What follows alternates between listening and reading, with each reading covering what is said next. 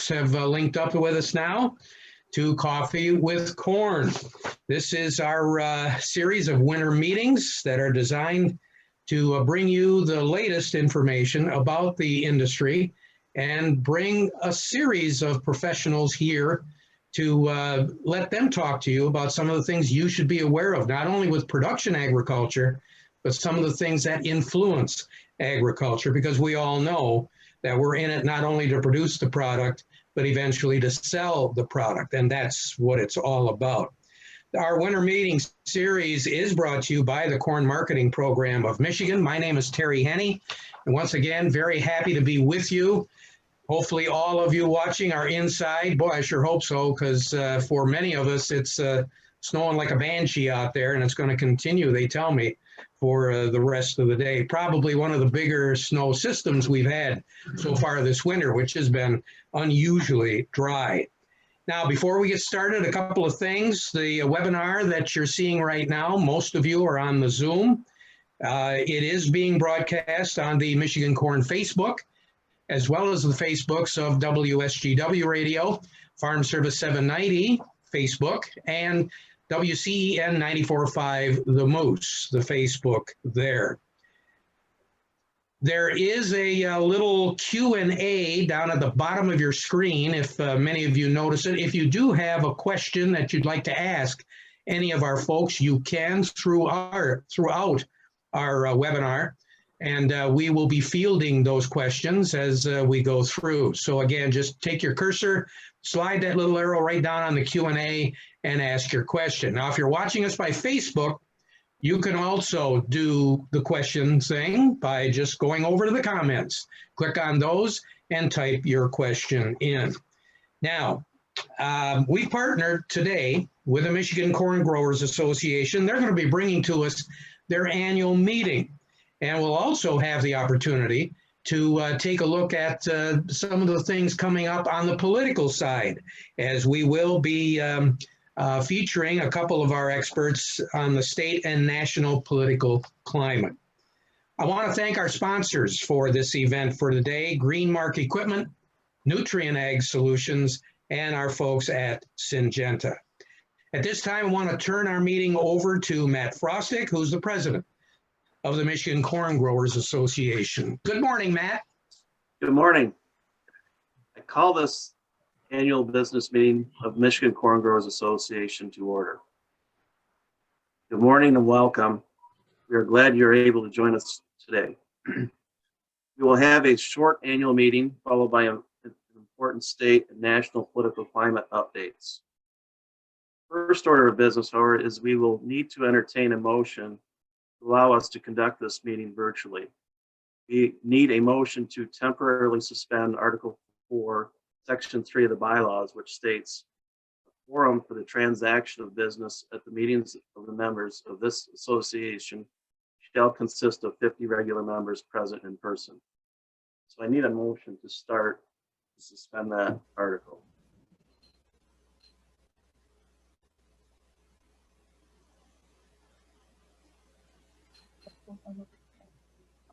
Matt, I have a move from Russell and Cody, Russell Braun and Cody Ferry supported. Thank you both. So Russell supports it and Cody seconds that. If there is any discussion, please raise your hand in the Zoom function, the hand function at the bottom. I'll give a moment. I don't see anyone. So hearing none, I will entertain a vote through the Zoom poll on your screen. If you are an MCGA member, please vote yes or no on the approval of the minutes.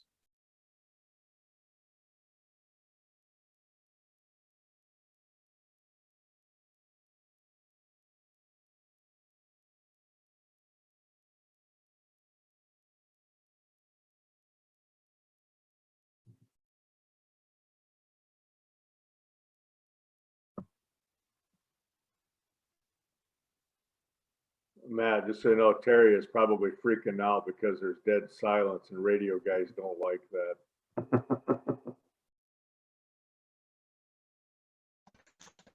He can feel no free video either. He can feel free to fill in the dead spots, right?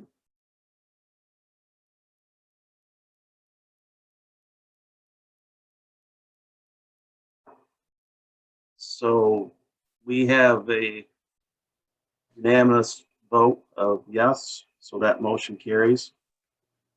At this time, we do not have any bylaw changes. Also, please note the MCGA has adapted the policy priorities of National Corn Growers Association, which can be viewed at ncga.com. I would now like to thank all of our board members for their time and commitment this past year. You all should be proud of the elected members who represent your districts. They have served you well. Now I'd like to introduce Waylon Smolinski, the MCGA Secretary Treasurer, to present the minutes of last year's annual meeting. If I could please have everyone reference the 2020 business meeting minutes on the screen. The 2020 business meeting was called to order by President Matt Frostic at 4:57 p.m. on January 29, 2020. The Secretary and Treasurer's reports were given and board elections were announced. The business meeting was adjourned at 5:20 p.m. I will now entertain a motion to accept the minutes and place them on file.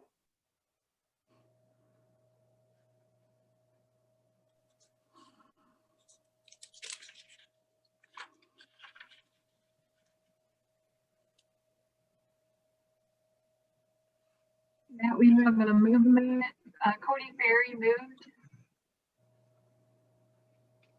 Okay, is there, do I have a second? A second from Ryan Grolhowski. Okay. It's moved by Cody and seconded by Ryan.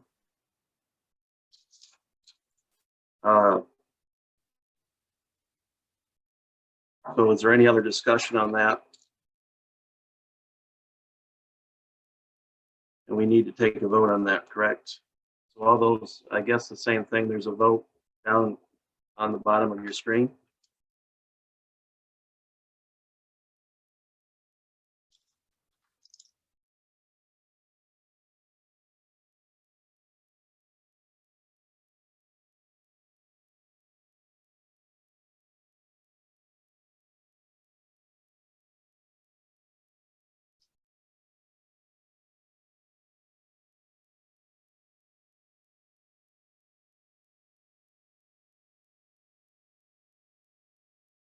So it's passed the motion to accept the 2020 MCGA annual business meeting minutes, place them on files, passed again on a unanimous.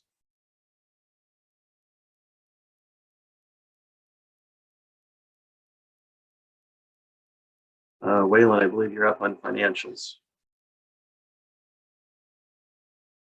Correct?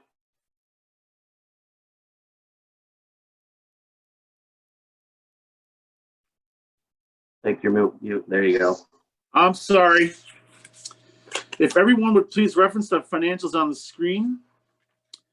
The financials of the Michigan Corn Growers Association have been reviewed and approved by an independent auditor. The 2020 Statement of Activities shows a review of these financials. This year's audit was performed by the ALG Group, and they have included the 2019 figures to the right of the 2020 figures for you to compare. Revenues are from membership dues and sponsorships received for MCGA events.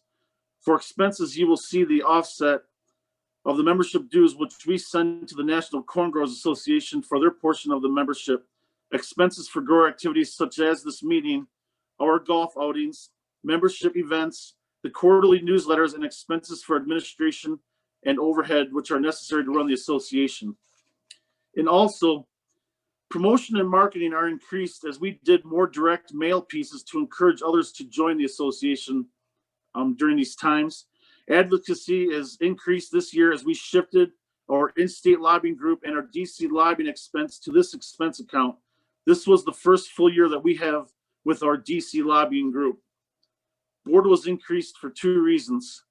Number one, we had a number of board members attend a fly into DC in March prior to shutdown and work with governmental and non-governmental agencies for water quality, ethanol, trade, EPA, and communications. And number two, it had been 6 years since we sat down with both the MCGA and CMPM board to lay out a strategic plan. Education line item was reduced as we shifted those expenses to the advocacy line item.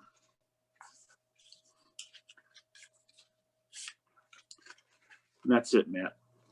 I will now entertain a motion to accept the financials and place them on file. Yeah, we have Doug Darling entertain the motion. We have a motion. Is there a second? Cody Ferry, second. So Doug Darling moves to support, and it's seconded by Cody Ferry. Is there any other discussion? Again, raise your hand in the chat button if there is any. I'll give a minute because sometimes this promotes a little bit of discussion.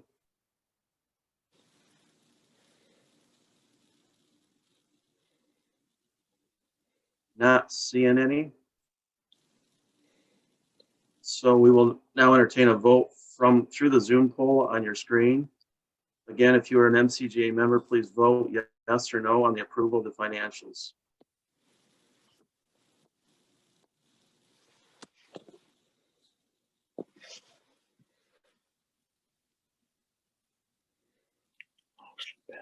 I'll be darned.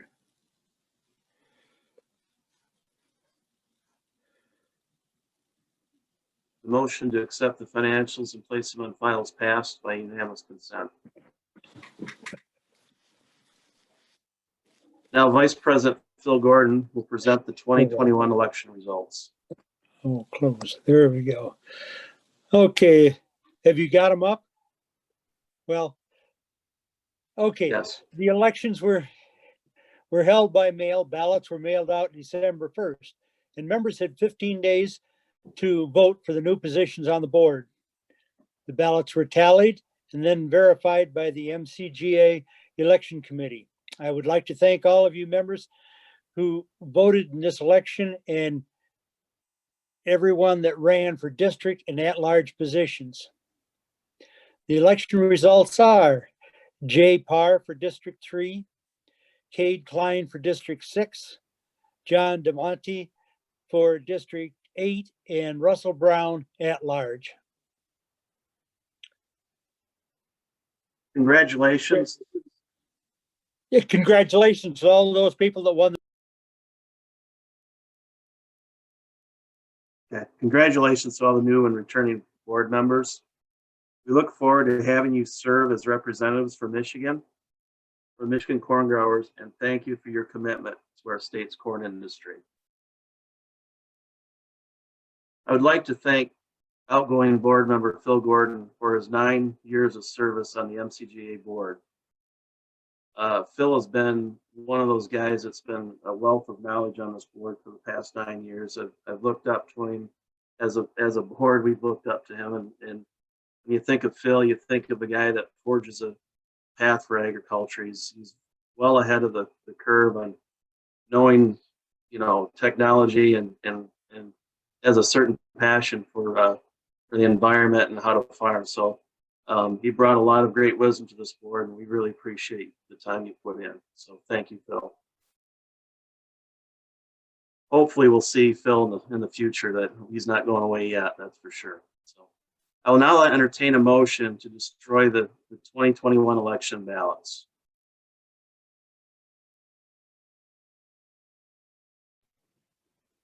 Eric Boisonette moved to destroy the ballot. And Do I have a second? John DelMonte supported that. So it's been motioned by Eric and supported by John to destroy the ballots. Is there any other discussion? Again, using the Zoom function, you can raise your hand.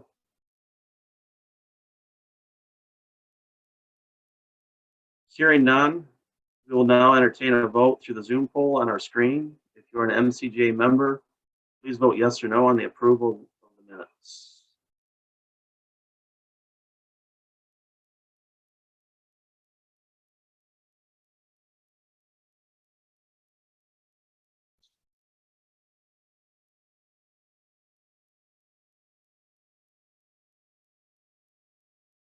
Motion passes unanimously.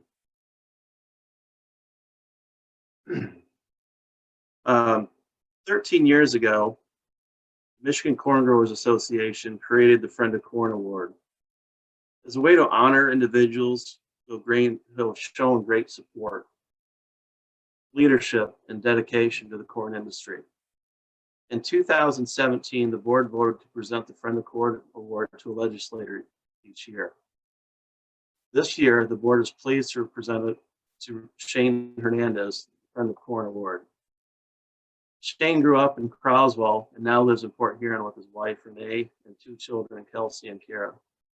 Shane Hernandez is a lifelong resident of the 83rd District and was first elected in 2016 to the Michigan House. He represented the people of Sanilac and St. Clair counties. During this time in the House, Representative Hernandez served as the chairman of the House Appropriations Committee and the House Fiscal Governing Committee. Shane is now serving as a director of strategy for the Speaker, Jason Wentworth. He will assist the caucus leadership for the 2021 and 2022 term. Shane has been a longtime friend of Michigan's agriculture community. And just a little story. Shane's kind of grew up in my area, and I knew Shane through his dad.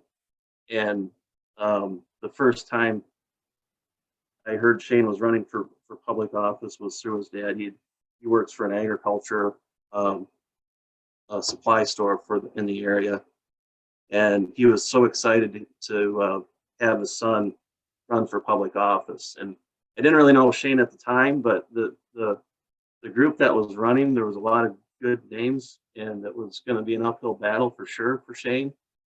But I thought, if this guy's half as good as his dad, he's got my vote. And so just credit to Shane and his work ethic.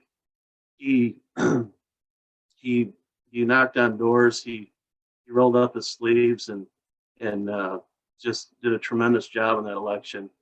Came out the winner. And if you know his family and his upbringing, Croswell's a blue collar town.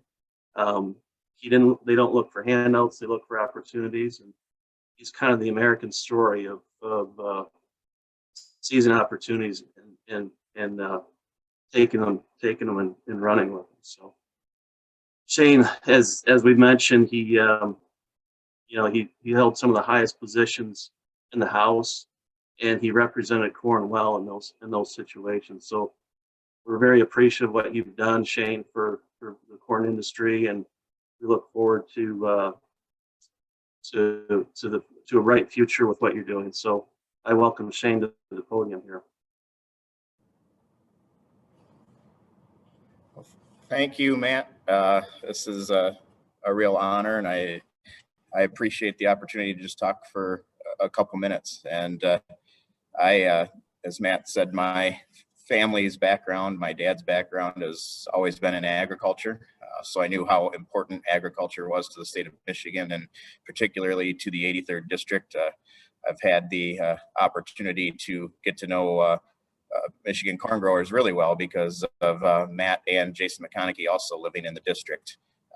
So I've had the opportunity to get to know your issues really well. But if I'm being honest, my background is in commercial architecture, and I don't know agriculture, or didn't know it inside and out.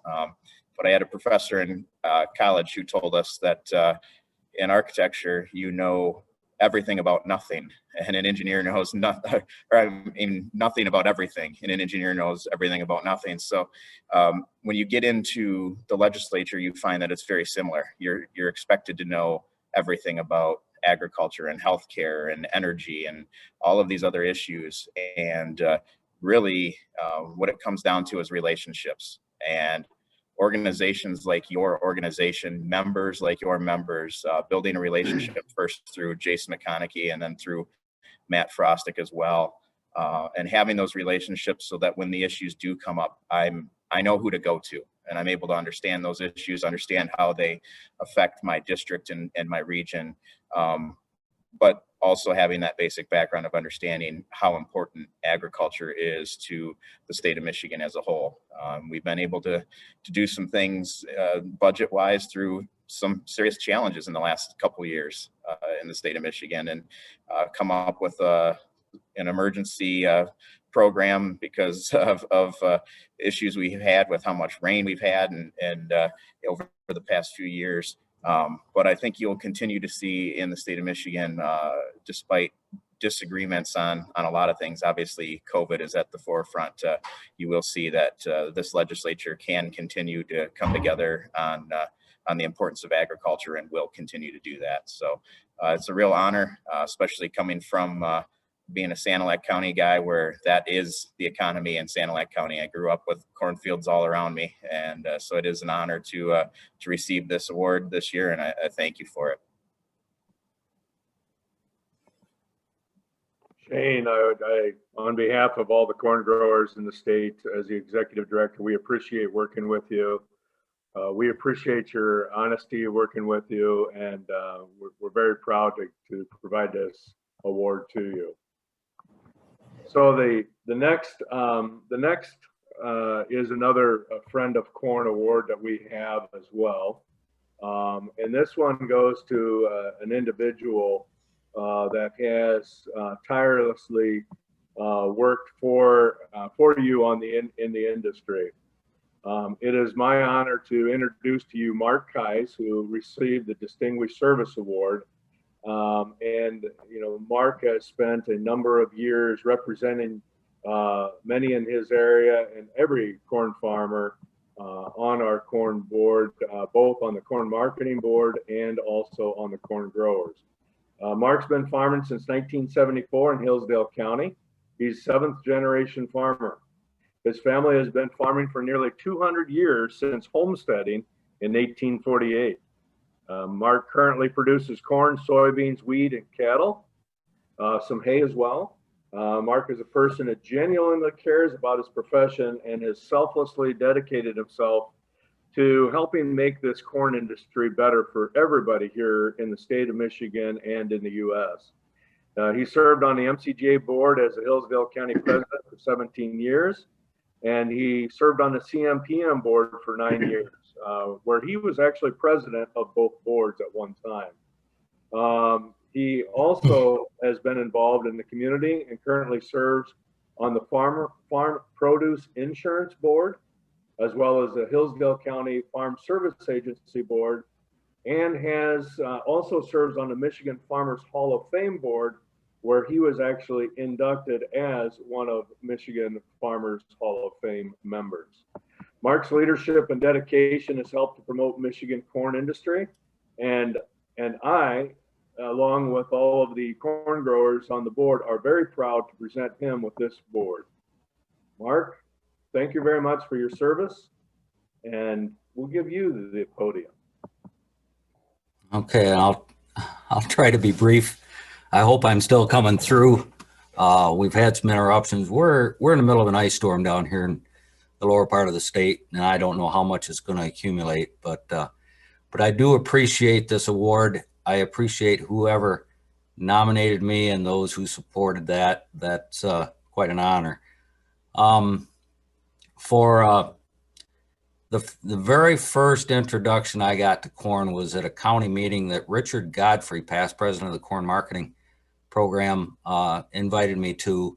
And at that meeting, I was nominated and elected as the county president. Eventually was, after not going to any meetings, finally I went to one up in Lance at DeWitt at the old office.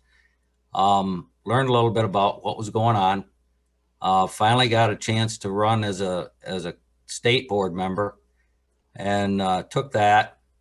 A couple of years later, was asked to run, look for an appointment on the marketing board, and accepted that through a nomination and appointment by Governor Granholm. Went through a couple of cycles later with Governor Snyder. Had a lot of opportunity to work with a lot of great people and see some significant changes in how the marketing program and the growers boards are run. Went through a rather turbulent time and a changeover of leadership. Glad to see a picture up here, Penny Sweeney. she stuck with us through all of that. And I was fortunate enough to be treasurer when we bought the building. So if you've had the opportunity to carry $1.5 million check that belongs to somebody else in your pocket, you kind of assume a fair amount of responsibility there. But I think that was one of the best things the organization ever did. Jim, in your comments, you mentioned that I was corn grower president. Never had that honor. Kind of stepped away from some of those loftier goals with corn growers because of the obligation of the marketing program. But the opportunity to go through the leadership program, to work with all the great people in Michigan Corn, and to eventually get you as our boss, Jim, I think has been the best thing we've done. So thank you once again. And I'm going to move on to just being an old guy that does what old guys do. Thank you. Mark, thank you very much for those kind words. And so, is that a part of what the old guys do, is kind of our pain on the young guys' side? Anyway, I know that you'll still be an advocate for us. And to both Mark and Shane, we thank you for your commitment to the Michigan ag industry. We really create all that you do. You never get enough thanks for the work that you do. So with that, I'm going to turn it back to Matt.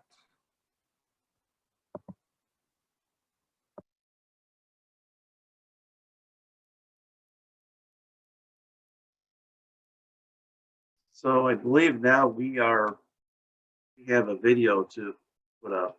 Is that correct?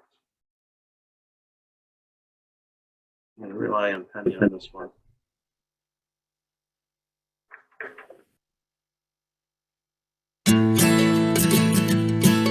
Hello, I'm Matt Frostick. I'm the president of the Michigan Corn Growers Association.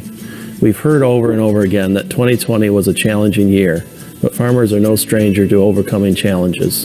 And when our industry is presented with obstacles, the work of the Michigan Corn Growers Association becomes even more important. Our mission has not changed. We make sure that corn farmers have a voice in Lansing and Washington, D.C., and push for legislation that helps our industry thrive. We joined forces with several other corn states to visit D.C. and meet with policymakers and regulators to push for higher blends of ethanol and advocate for expanding trade. There's an old saying when it comes to negotiations that you either have a seat at the table or you're on the menu. Events like the Washington, D.C. fly-in help to ensure that Michigan corn has a seat at the table. 3 of the main topic areas that we focused on in our meetings with legislators and stakeholder groups were free trade agreements and the impact of exports on our commodity markets, a high-octane, low-carbon fuel standard and what the future of the RFS might look like, and lastly, the concept of a carbon trading marketplace and how producers might be able to gain revenue from practices that they implement on their farm.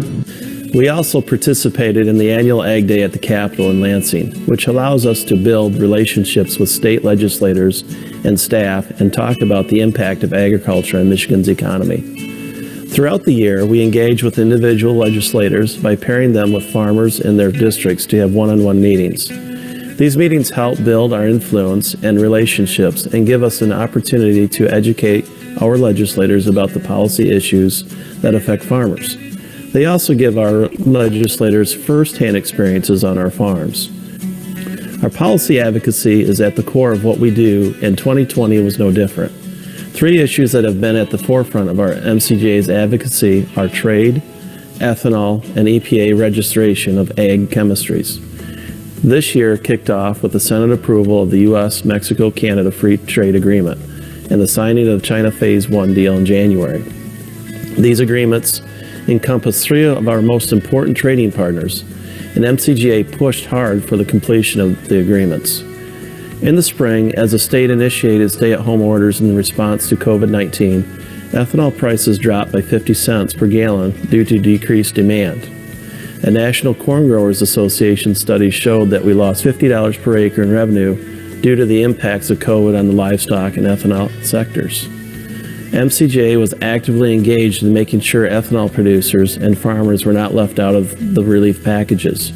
Through our partnership with the National Corn Growers Association, we also introduced new legislation, the Next Generation Fuels Act. If passed, this legislation will remove barriers to higher blends of ethanol, allowing us to build on the success of RFS to expand the role of ethanol in the fuel supply. This year also saw a continuation of EPA's process for the registration of important ag chemistries, including atrazine and glyphosate.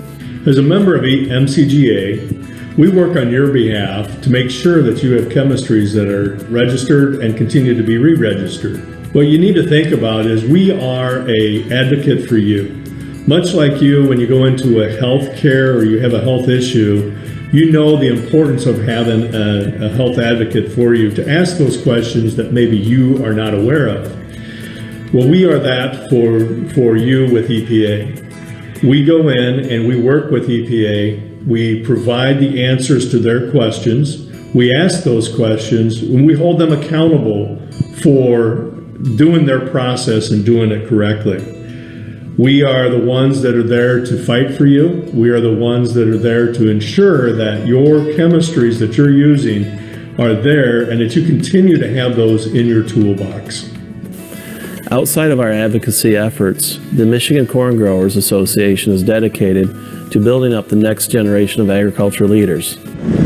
As an intern for the Michigan Corn Growers this summer, I learned firsthand about the importance of advocacy, not only to agriculture, but as an individual who wants to one day represent and serve our industry within our government, either as someone to lobby on behalf of the industry or as an elected official. And I did that through a bunch of different activities that I was responsible. In addition, as an intern, I also got the chance to attend the Corn Ambassadors program, where I learned from the national corn growers how to advocate as a member on our industry. And I know there were other members within the Corn Growers Association nationally on that conference, and I was able to interact in a national perspective of how we communicate both to our coworkers, our peers, students, other industry leaders, government officials, and communicate to different generations of what agriculture is and what we represent and what we need as an industry. Looking forward to 2021, staying engaged will be more important than ever. Reauthorization of Trade Promotion Authority, the Next Generation Fuels Act, and new trade agreements will all present challenges. And believe it or not, it's already time to start talking about the next Farm Bill. To those of you who are already members, thank you. Our work would not be possible without you. Being a Michigan Corn Grower member, it gives us the opportunity to kind of connect with our legislators to bridge the gap and educate them about agriculture, especially when policies and new legislation is being developed. We want them educated so they can make the best decision for our farming operation. One of the main reasons I think the Michigan Corn Growers Association is important is that we get to be in touch with all the legislation going on in the state and across the country. They pick up on a lot of things like that, and it just helps us as farmers be able to stay in touch with what's going on while we're still out in the fields working. We don't have to go and check up on a bunch of other legal stuff, and just the information that we get through our emails and everything is very important. The strength of our voice depends on the strength of our membership. If you're not already a member, please consider joining us today. It has been my honor to serve as your president these past 2 years, and I look forward to seeing what we can achieve together in the future.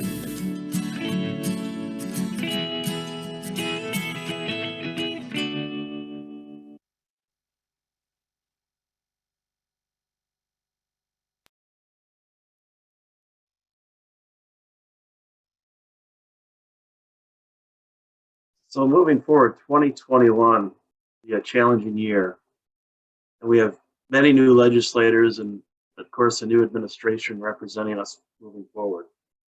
There's much work to be done educating these legislators and keeping our issues as corn growers at the forefront of their minds when they are voting on policy that will affect us and our farms.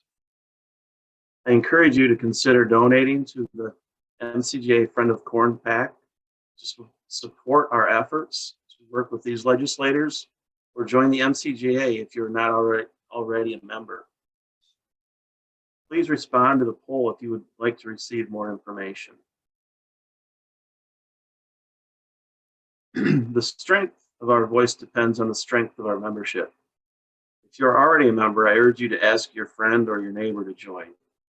We need all of Michigan's corn farmers to be part of our advocacy efforts and amplify our voice in Lansing and in Washington. As we move into 2021, we'll continue to focus on the issues we mentioned earlier.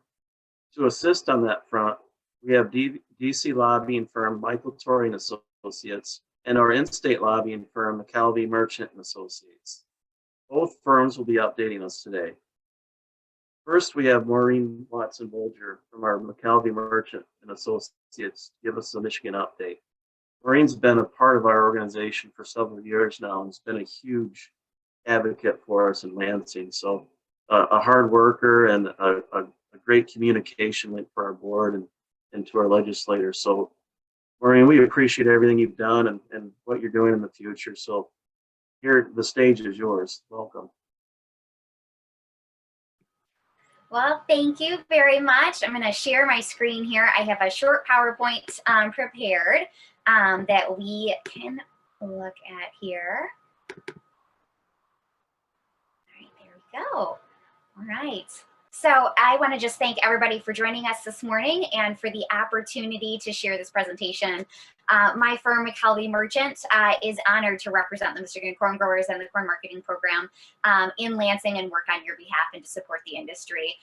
We had an unusual year in 2020, and we're looking forward to hopefully returning to normal in 2021 and moving toward another opportunity to be in person with you at the Capitol, sharing and educating with our legislators, because as was already mentioned, lobbying and advocacy is all about relationships. It is about the people in the district connecting with your representatives, with others across the state who are not familiar with agriculture, and building that relationship with them so that we can make sure that when they're making decisions, it's going to be in the best interest of your farming operation.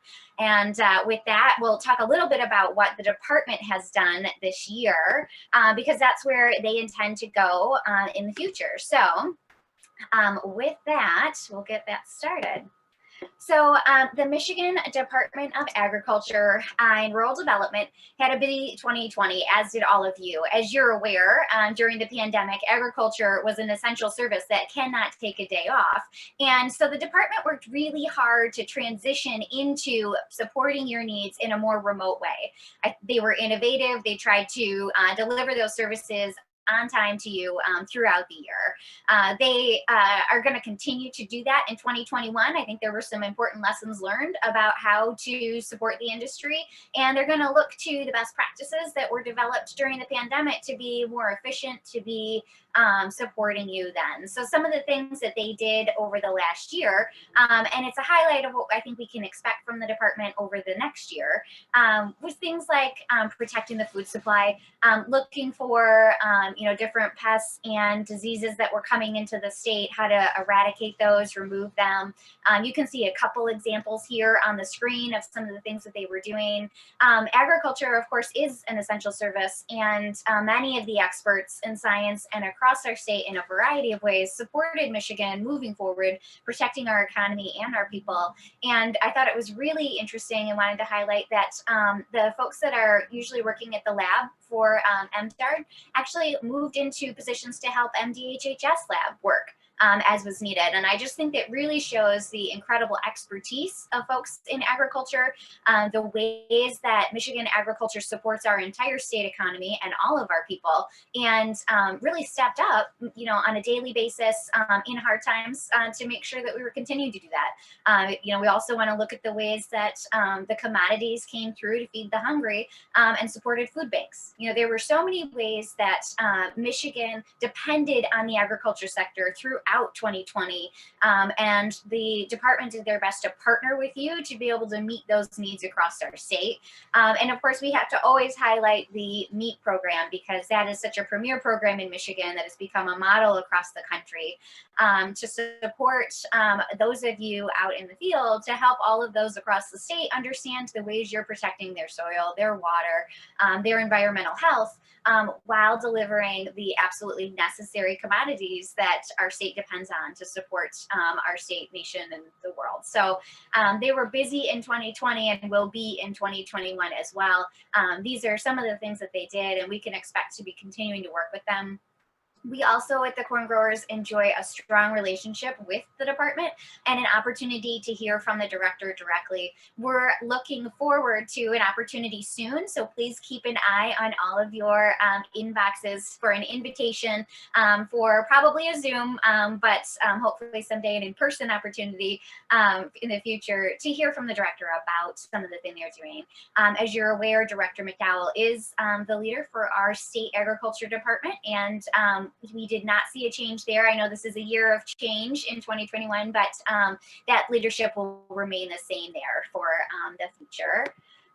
Looking toward our legislature, we did have some returning faces, but also some new folks that have joined us. So as you heard already, Shane Hernandez has joined Speaker Wentworth's staff, which is an exciting partnership that will continue with him. He has been an incredible advocate for us throughout his time in the legislature, and he'll continue to be a driver of ag policy in that new position. He has always been a problem solver, and so it's a wonderful chance for us to see him move into that role where we'll be able to continue that relationship and know he'll continue to have that open door policy, that practical driven approach to making sure that the state is doing everything possible to support the industry. We do see new caucus leadership in both of the parties for the chamber, and that'll be Speaker Jason Wentworth and Minority Leader Donna Lisinski. These are folks that Michigan Corn has done a great job already connecting with throughout their service in Lansing, building that relationship, starting as early as possible to help those that don't have the same background in agriculture understand your industry, the work that you're doing, and how you need to be able to do that. So as they both move into those roles, they already have strong relationships with producers that are in their area, and that's a really important way to start. As we said, relationships really make Lansing work, and it's the ability to develop those, to understand and educate each other that makes a difference. And so I just want to commend the corn growers for recognizing that, and it makes our advocacy in person even stronger for those in Lansing when they see us regularly, knowing already the folks in their district that you're connected to them already. And so I think that that makes a huge difference. It makes your advocacy more powerful. It is really impactful. It makes your education meaningful, and it helps make sure that they're making decisions that will support the industry, and that they are also, very importantly, not making decisions that are not going to work for you. As much as we want to push good policy, we also want to be able to head off things that are going to get in your way, regulations that will be tying you up, and things that are just not going to be able to move your farm operation forward. So I just really want to look at those new leaders, those relationships. Thank you to those that have been reaching out to them from the district already, that have been working with them while they've been serving in the caucus. And now that they're transitioning to those leadership roles, that'll be a really important opportunity for us. We also have a new majority floor leader in Ben Frederick from the Shiawassee area in Owasso, and he'll be new to that position, but not new to Lansing. He was a staffer before and will be moving into this role now. He's been a good friend of agriculture. Again, folks in his district have reached out to him to build that relationship, to have that foundation. As he moves into this leadership role, he'll be well placed to be an advocate for the industry, to support the work that you're doing, and to be able to help move us forward. We also have a returning minority House floor leader, Yusuf Rabi, who comes more from the Ann Arbor area, and will continue working with him as well.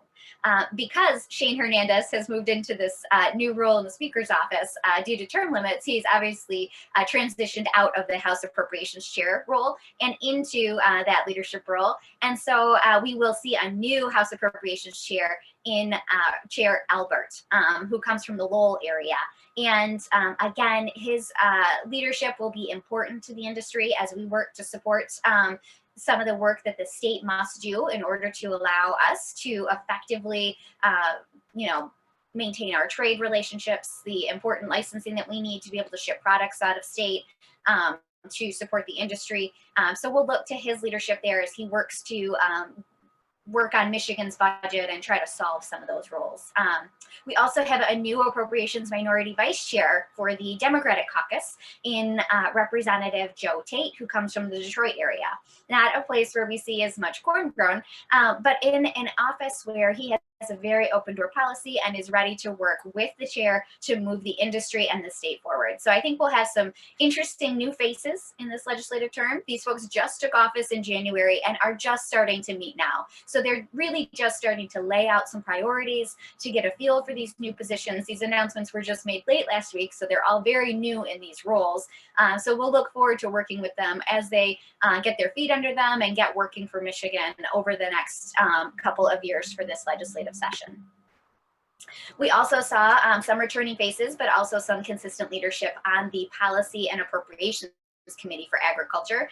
So we're looking at returning Chair Julie Alexander, a familiar face, I'm sure, to many of you out there right now. Julie has been a strong advocate for the industry, both in Michigan and also looking for creative ways that she can support and that we can get behind her, making sure that federal policies are also listening to Michigan voices. So she's done a great job of working to circulate various advocacy letters that have been shared with our federal partners, connecting with them, bringing them to Michigan at many opportunities to be able to make sure that as federal policy and national issues are considered, that Michigan's voice is heard, that your issues are a part of that conversation and that they can be solution driven for you. So we'll look forward to continuing that work with her. We will see a new minority vice chair in Alex Garza, but he is not a new face to agriculture. He did serve on agriculture over the last couple of years and will continue that advocacy also. So we'll look forward to continuing with him and in that new role.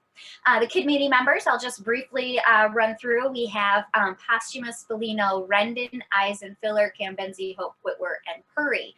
And so in there we have a few new faces and a few returning folks, but we'll have to do a lot of education with them as they transition into new roles, as they take on greater leadership for the industry, to make sure that those understand what's going on across our state, because this isn't a one-size-fits-all industry. We'll want to make sure that they understand how their decisions are impacting you and continue to work with them throughout. So that looks toward the policy committee. Transitioning over to the appropriation side, there's a combination this year of the House Agriculture and Natural Resources Committees. So the chair over both of those areas will be Sue Aller from up north, and she will continue to work to put together budgets that are balanced, that support the priorities of the industry. And she has a new minority chair in Vice Chair Rachel Hood out of the Grand Rapids area, who has a strong interest in soil health, water quality issues, and I believe that they will work together for a strong partnership to support the industry. Again, we've got some new faces in the committee members, some new folks to the legislature and new to these roles.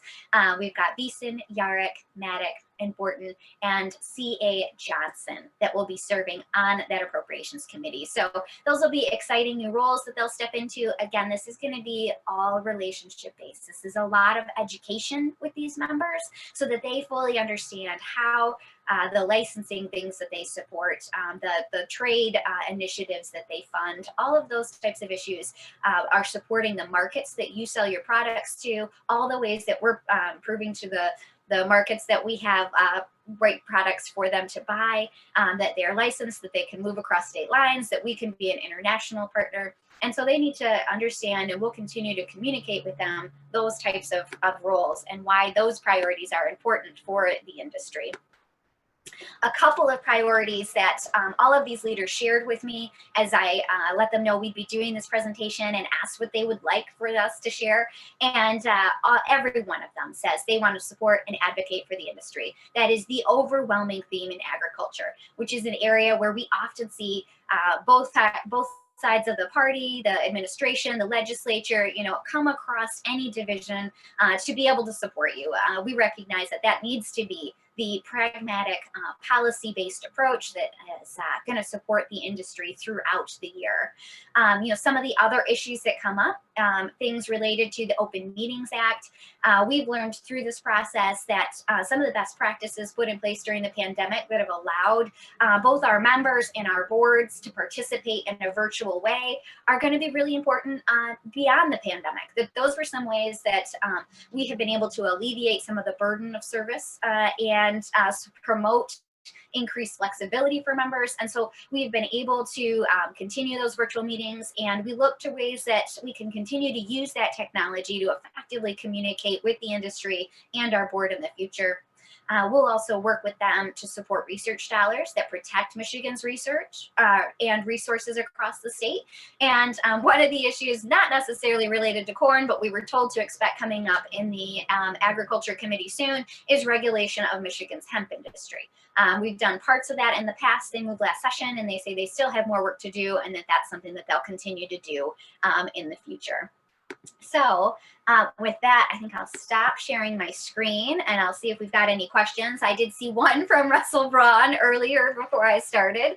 And yes, Russell, I am on my deck. We have a smaller house that was not built to have home offices and school stations, functioning remotely. And for me to have an office with a door, which I think is a priority, I am on the deck, and we have a little globe igloo that I turn a heater on out here, so that is where we can participate in this presentation uninterrupted by any visitors from pets or family members. So here we are right now. So with that, if there are any questions, we'll transition to those. We'll give that just a moment, and if there are not, then I will kick it over to Tara Smith.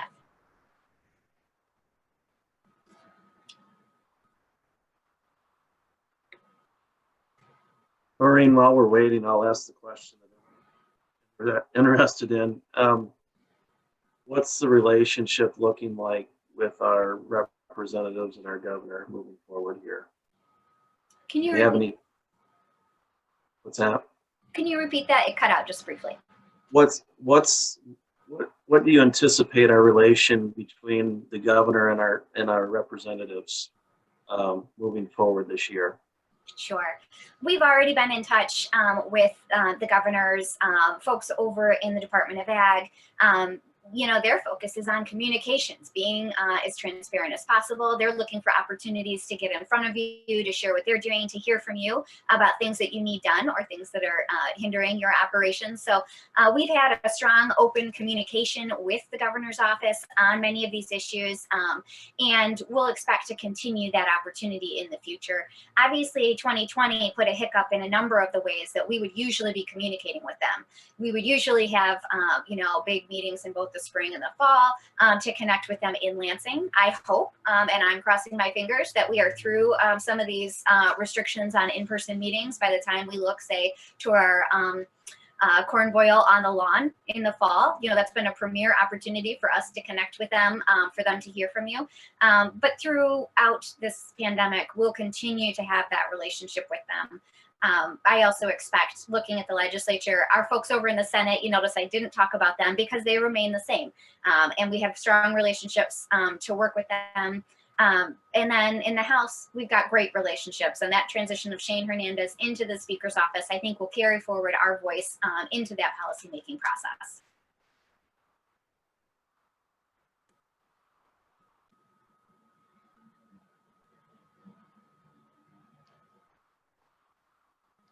Are there other questions out there for Maureen?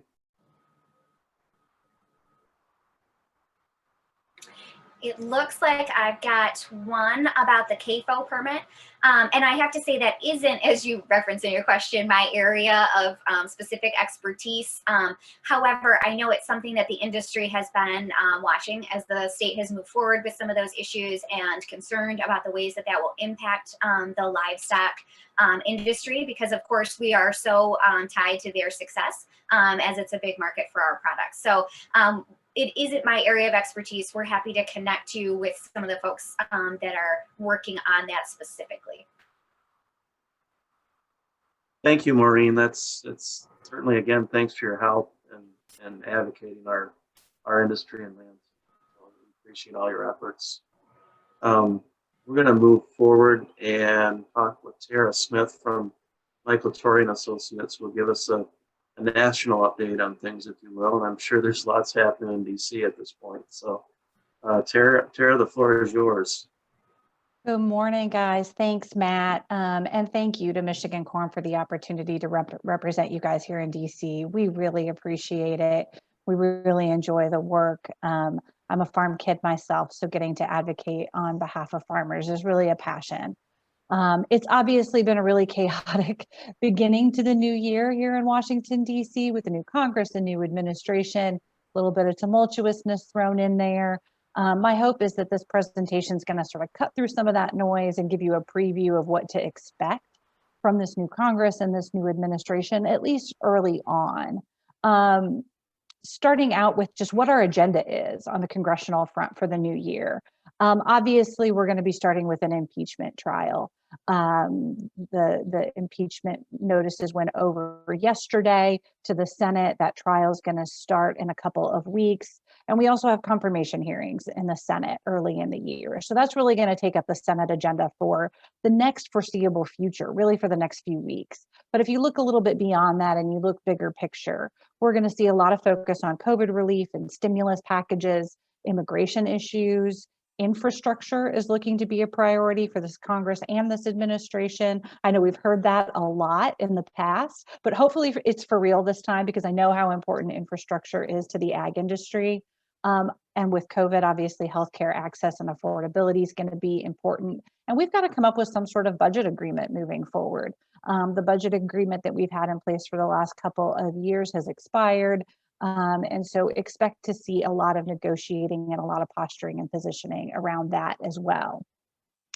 I also think it's important to think about with this new Congress, with the election we just had, what are some of the lenses that we're going to be viewing all of these bills through?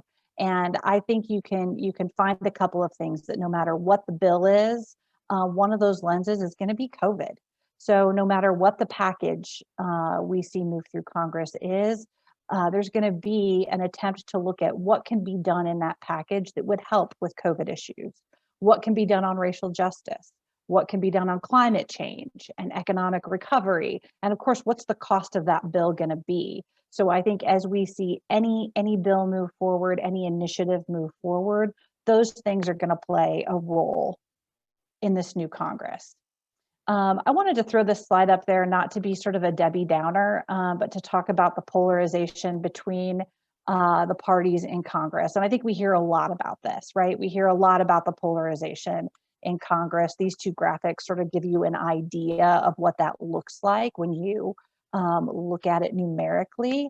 And basically, if you look back over the decades, we had a lot of folks in the Republican Party who were willing to vote with Democrats and vice versa. You had a lot of folks who were willing to cross the aisle to get deals done. That has become less and less of a trend in the more recent years. Finding that middle ground is a much more rare occurrence today. But that said, we have slim majorities in the House and Senate, really unprecedented small majorities in both the House and the Senate. And that means the power is going to belong to the middle in this new Congress. With such slim majorities, it's not going to take very many votes to actually move a bill in a different direction. So I think that's going to be really important to keep in mind as we head into this new Congress. And that means folks like the Blue Dog Democrats. So these are your sort of conservative Democrats in Congress. A lot of them, quite frankly, are on the Agriculture Committee. These are folks like David Scott, who's our new Ag Committee chairman in the House, Jim Costa from California, Tom O'Halloran from Arizona. A lot of folks that work on the Agriculture Committee fall into this category of Blue Dog Democrats that are really going to be able to have an outsized impact on legislation just because of the slim majorities we have in Congress. There are 18 Blue Dog Democrats in total. That's a pretty small number, but again, because of those slim majorities, just that small number is going to be able to be really impactful. Other groups that are going to be able to have an impact because of those small majorities, there's a Congressional Problem Solvers Caucus. So it's 50 members, half Democrats, half Republicans in Congress that work to come up with solutions that they see as bipartisan to move the ball forward. They haven't necessarily gotten any legislation across the finish line in the past, but they have put forward ideas that have sort of nudged the conversation forward on things like COVID assistance and the COVID package that we saw at the end of last year. You also saw 10 Republicans who were willing to cross the aisle to vote for impeachment. that sort of group, that even small group of Republicans that's willing to cross the aisle, those folks can have a big impact when you have majorities in Congress that are so small. On the Senate side, get to know Joe Manchin. I think it's a name you're going to start to hear a lot about. He's not from Michigan, he's from West Virginia, but he's really probably the most conservative Democrat in the caucus. He's actually voted, has a more conservative voting record than some Republicans in the Senate, if you can believe that. He is going to play an outsized role in this upcoming Senate because we have a 50-50 split. It only takes one senator anyway to halt a bill or to really slow down the process. And with a 50-50 split, with Vice President Harris being the tie-breaking vote, just one vote like Joe Manchin's can make a really big difference in how legislation is moved forward. John Tester is another one that I would just sort of mention. He also is considered probably the second most conservative Democrat in the caucus on the Senate side. He's a farmer from the state of Montana. So you're probably going to start hearing their names more frequently because of the slim margins that we have in Congress. And to give you an idea of how conservative these folks are and what a difference they can make and sort of the direction that legislation takes, I actually saw a quote from Senator Manchin the other day that I thought was really telling. He said, "I don't ever remember FDR recommending sending a damn penny to a human being. He gave him a job and he gave him a paycheck. Can we start an infrastructure program to help people and get them back on their feet?" So pardon the curse word this early in the morning, but I think it gives you a good idea of his mindset and the impact that he could have on legislation moving forward. Obviously, you all know at this point in time where we are on House Ag Committee and Senate Ag Committee leadership. We have a lot of new faces, with the exception being Chairwoman Stabenow from the great state of Michigan. She is going to be the steady hand, if you will, the experienced hand amongst Ag Committee leadership heading into this new Congress. We were just able last night, literally, got a list of some of the new Republicans that are going to be on the House Ag Committee. We also have a list of the new Democrats that are going to be on the House Ag Committee. So this isn't a complete list of everyone on the committee, but these are going to be the new faces that we're going to see in the 117th Congress. The Ag Committee tends to be a place where people come to visit, but they don't necessarily stay. So we do typically see quite a bit of turnover on the House Agriculture Committee. So I think we have 12 new members out of about 50, just under 50 House Ag Committee members, which is pretty modest compared to recent Congresses, but we're gonna have a lot of education to do because of all of these new faces. And these are some different voices that are going to be part of the committee now. You have folks, particularly on the Dem side of the aisle, that quite frankly don't have a lot of agriculture. These voices are going to be on that committee to talk about nutrition issues primarily. Looking at the Senate side, because we don't have an organizing resolution in the Senate yet, we don't really know who's going to be on the committee yet. So this list gives you the Senate Ag Committee roster from last year. Of those members that are actually still in Congress today. There doesn't tend to be as much turnover on the Senate Ag Committee as we see on the House Ag Committee. So you're probably going to see a lot of these folks back in their seats, but what additions we see, or if we see one or two folks drop off, we just don't know yet, quite frankly. A really big question mark and something we're all going to be anxiously awaiting because it's really hard for the business of the committee to move forward when we don't have a committee roster just yet. So what's the Ag Committee agenda going to be for the new year? It's going to look very similar, quite frankly, to the overall congressional committee, or overall congressional agenda for the year. COVID response is going to be a huge priority, largely on the nutrition front, I would expect, but on ag as well. Racial justice concerns, climate change bills, which we saw those start to ramp up at the end of the last Congress. And we're probably going to see some early farm bill hearings. Really, I would expect the second half of this year, particularly if we see sort of COVID subside, if you will, and folks can get out into the countryside to do some field hearings. I would expect to see that. You all probably remember the field hearing that was held in Michigan a few years ago when we ramped up for the last farm bill. So we could see something like that again this year. There are obviously confirmation hearings, and then the Child Nutrition Reauthorization Act is something the Senate has been trying to get done for a couple of years now, and we might see that come back to the top of the list as well. In terms of the administration, obviously, Joe Biden was sworn in as president on January 20th, so he's been in office a whole 6 days, but those 6 days have been a flurry of activity, as you would expect at the beginning of any new administration, particularly when that administration is a change in party. Early on, we expect his presidency to focus on stemming the healthcare crisis around COVID, basically getting shots in the arms of Americans. It's also going to involve a lot of focus on stimulating the economy that's been devastated by COVID, working to ensure racial equity, and tackling the ongoing climate crises. I would say those are the 4 big buckets where we would expect to see a lot of activity in this administration. Other early activities, if you really wanted to sort of lump them into categories, I think there are 4 things we're going to see a lot of. The first is executive orders, and we've already seen the flurry of executive orders. I don't know what we're up to in terms of executive orders at this point. We're well over 30. A lot of those are, quite frankly, undoing what's already been done. But I think we're going to continue to see a slew of executive orders. There are a couple more that are going to get signed today. We're going to continue to see announcements around staffing for this new administration. Obviously, we've heard that Bill Sack's is going to be up for Secretary of Agriculture.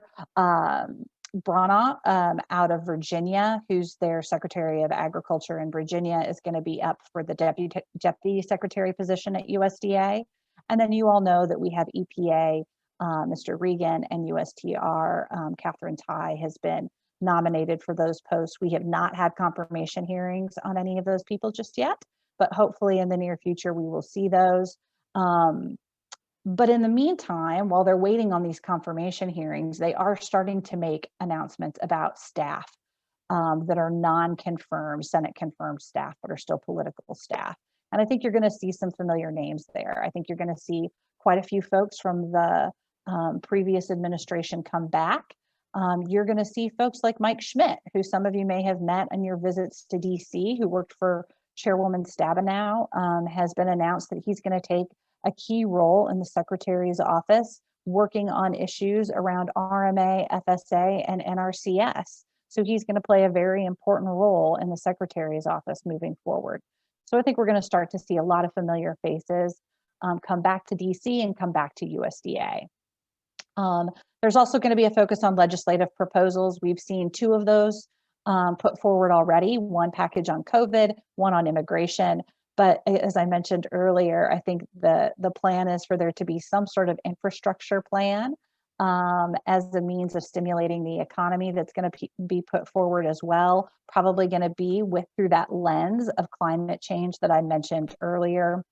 And last but not least, a freeze on regulations is pretty standard operating procedure as any new administration comes in. Those freezes can go anywhere from 60 days to almost a year. This one's looking to be on the shorter end of things, more in the 60-day range. But basically, this gives any new administration an opportunity to come in, take a look at what was done at the very end of the last administration, and decide if they have any changes they want to make, or if there's a change in direction that they want to take on any of those regulations. So we've seen that freeze in regulations go into place as well. With that, I'm happy to take any questions you all might have about goings on in DC, and I will certainly do my best to answer those.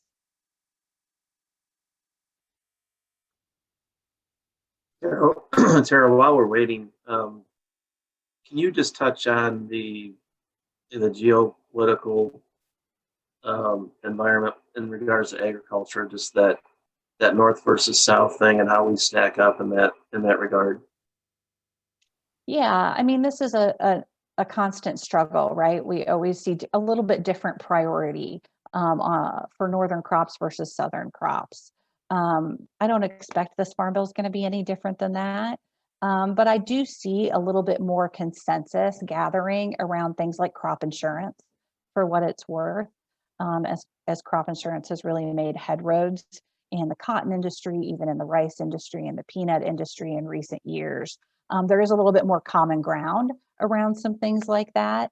In terms of, the North versus South and what it looks like in terms of the committees, again, it looks like it's going to be a relatively even split. They work really hard to be sure that both voices are heard loudly on the committees. But until we get those final committee rosters, it's a little bit hard to tell just yet.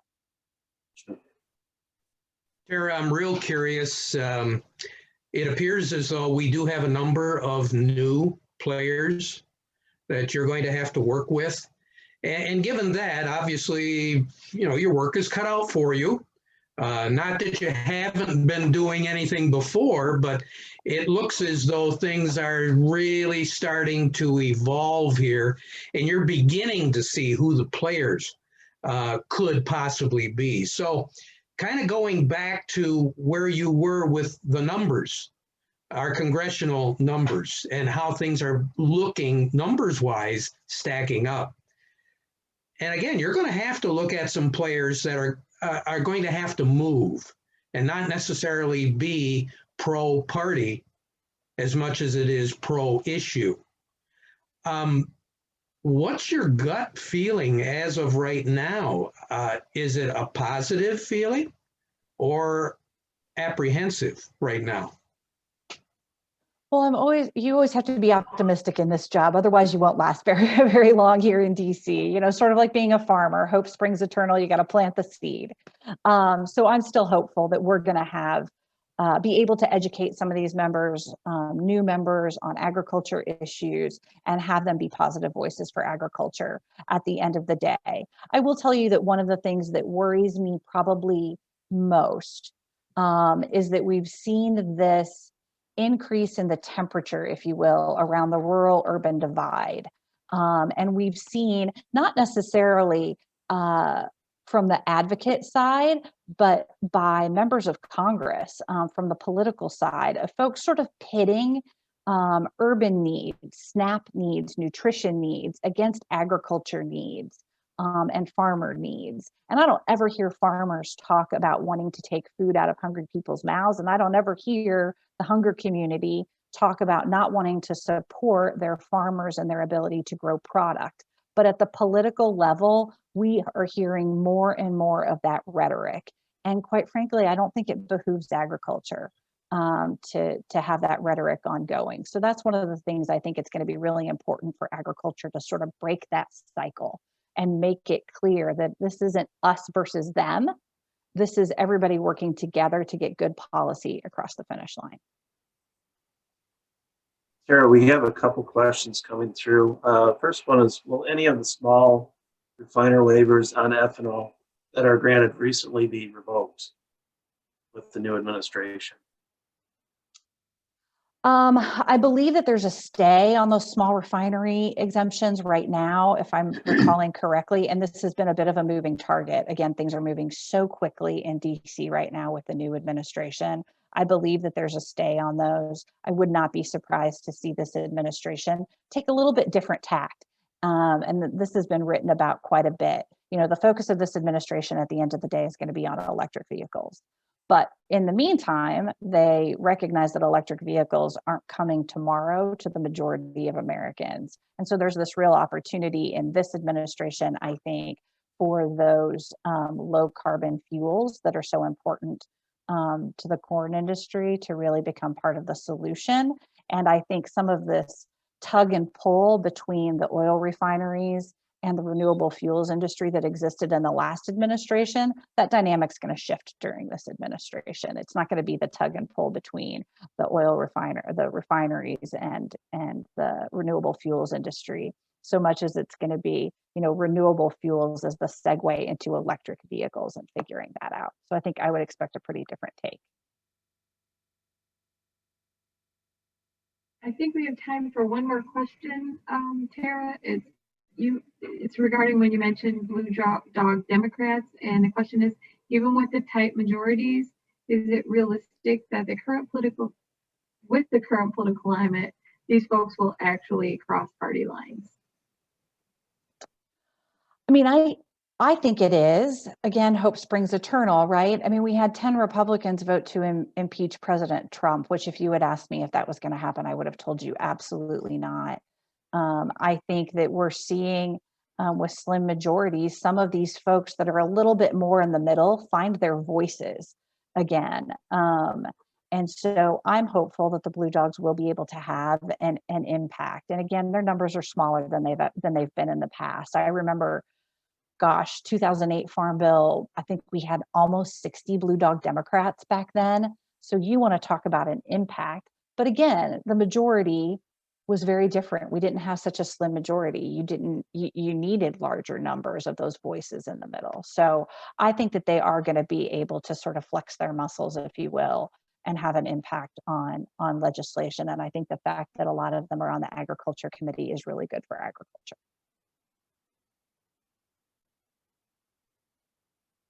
Well, thank you again for the opportunity. I really appreciate it. I know my contact information was up there. I am always here to be a resource for you all. Thank you again for the opportunity to work for you, and can't wait for the day you all can make it back to DC and come visit us. Thank you, Tara. This has been such an important investment that our organization has done. You know, there's a lot of challenges in our future, and moving forward, you know, when we brought you on as a partner, didn't realize how effective meetings can be in DC until we met last spring, and you were able to line up such important players in the industry, not just at the Hill, but you know, down in the departments and players within the environmental world and you know, automotive and energy and things like that. So one of the most effective meetings I've been in 20 years was a large part to your firm and what your hard work in DC, and just totally impressed with how we moved the mark on some of these issues. This low carbon high octane fuel policy that we're trying to push through is extremely important, and I think we really look forward to moving the mark on that, and you working with not only us but National Corn Growers to get that done is really important. So we appreciate all your work on that. Moving along, additionally, the MCGA board staff is hard at work moving this mark and continue to diligently represent you and our members moving forward. So at this time, I'd like to, in the interest of time, it's to move ahead. I'd like to thank again our sponsors, Greenmark Equipment, Nutrient Ag Solutions, and Syngenta for their generous support. And thank you all for joining us this morning. Once again, I want to thank our members for your commitment to our industry. If you're not a member, please join us. We need your name, and we need your stories in Lansing and DC. So consider that. I'll now entertain a motion to adjourn this meeting. Matt, we have Russell Braun made the motion to adjourn the meeting, and Cody Ferry gave a second. So Russell moves and Cody supports. Is there any discussion? Seeing none, all those in favor, vote on your screen.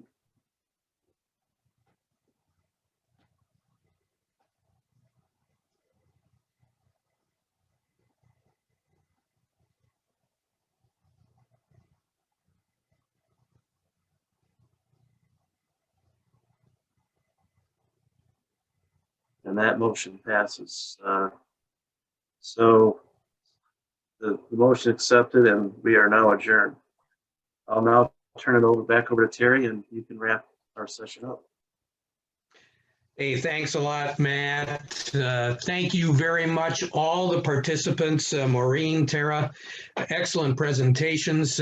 We really will need your help as we move through the year and quite frankly, over the next several years. As the challenges come at us, we're going to continue to have to be on top of those situations. I want to say congratulations to the board members and our award recipients. Now, up on your screen, there is a poll that we'd like you to take. For those of you that are not members of the Michigan Corn Growers Association, I'd like to encourage you to think about what you just heard. And if you would like to be a member, you can. Just check the box that you would like to become a member of the Michigan Corn Growers Association. We'd love to have you. And you can check out if you're interested in whatever information we can get to you. If you'd like more information, you can go to our website, which is www.micorn.org. So take a moment, fill out the poll. We'd love to have you become a member if you're not already. Again, we'd like to wrap things up. Thank you very much for being a part of this week's Coffee with Corn, brought to you by the Corn Marketing Program of Michigan. Now, next week, another interesting speaker is going to present. This gentleman is with the United States Meat Export Federation. We'll be hearing from John Hinners, and he'll be telling us a little bit more about what's going on his side of the fence and how it all pertains to corn and corn marketing here in Michigan and all across the country and all across the globe. If you'd like a little bit more information on schedules of what we're going to be covering in the upcoming weeks, you can do that again by going to micorn.org/events. And coming up on Monday, we're going to be at 10 o'clock in the morning. We're going to be having a social stream live where we'll go through some of the events coming up in the month of February to give you an idea of what you should mark on your calendar. But one thing is for sure, attendance has been phenomenal so far with our Coffee with Corn. We're delighted that it's been as well received as what it has been. And we look forward to each and every one of you attending next week, Coffee with Corn. Until then, I'm Terry Henney. Have yourself a great day today.